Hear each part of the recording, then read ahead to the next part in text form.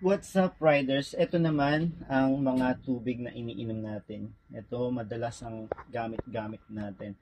Ang Nature Spring Alkaline pH 9 drinking water. So maraming sizes to. Merong 500 ml, merong 1000 ml, merong 6.6 liters at meron ding 10 liters yan.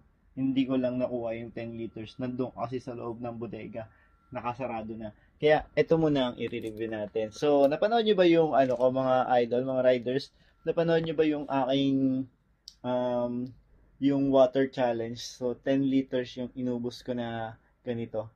At madalas talaga ito yung iniinom ko. Alam nyo ba, masarap pag ito yung iniinom ko eh. Yung wala siyang sabit. Pag ininom mo siya dire-diretso, ang sarap sa pakiramdam. And yun nga no. So, bagay na bagay rin itong ano na to, itong pH 9 alkaline na to para sa mga nagpa-fasting, sa mga nagda-diet kasi ano to, yung sa acidic ninyo. Wait lang, may tumatawag sa akin. Ay, balik tayo, no? So, ayun, katulad nga sabi ko sa inyo kanina, no? Kung nagpa-fasting kayo, ito talaga yung magandang tubig na gamitin ninyo. Kasi kung hindi ito yung gagamitin ninyo, nagpa-fasting kayo, tapos yung mga pH 6 below yung gamit niyo. So, magiging more acidic yung ano natin, yung stomach natin. So, pag nangyari yun, parang ang kumukulo na naghahanap na maghahanap na siya ng pagkain. At least ito, hindi siya magiging acidic mismo talaga. So, mababawasan, malilesen yung pagkagutom natin. Kaya, suggested ko talaga to pag nagpa-fasting ako kasi nagpa-fasting ako.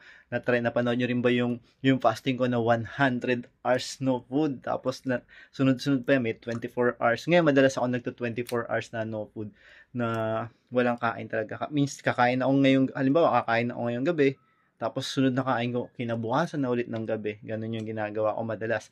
So sinubukan ko ulit 36 hours, nagawa ko ulit 'yon. Kaya tignan niyo yung katawan ko, hindi ako ganoon kataba, no. Sabi nga ng mga kapitbahay ko dito, yung mga kasama ko dito. Parang ang ganda daw ng katawan ko. Ang ganda ba? Well, actually, wala pa akong abs. Hindi naman kasi ako nag-workout lagi. Siguro pag nag-workout ako, magkakaroon ako ng abs, so, di ba? Baka, alam niyo na. Kaya yun. So, very recommended ko ito. At siguradong makakatulong sa health nyo to. Lalo na kung no sugar ang gagawin ninyo. So, huwag na kayo mag-sugar. Although, may isa tayong ipapakita mamaya na pamalit sa sugar. Pero, ito muna ang tubig ninyo. So, that's it guys. I'm bounce out. Ito yung tumawag, kaya nakat tayo kanina. Ano? Ha? Okay. Oh, sige. Yes, ano na, tatlo na kayo dyan. Anong ininom ko laging tubig? Yung Nature Spring. Oh, di ba? Ayan sinasabi nila. Oh, descripted yan. It's so yummy. Is this scripted? What's scripted? Scripted. I tell you what to do. It's planned. Yeah. Oh, so You diba? didn't say it to me. Okay, sige. Very good kayo. So ito lagi, ayan na, sila na nagsabi. Ito lagi ko inom ng tubig.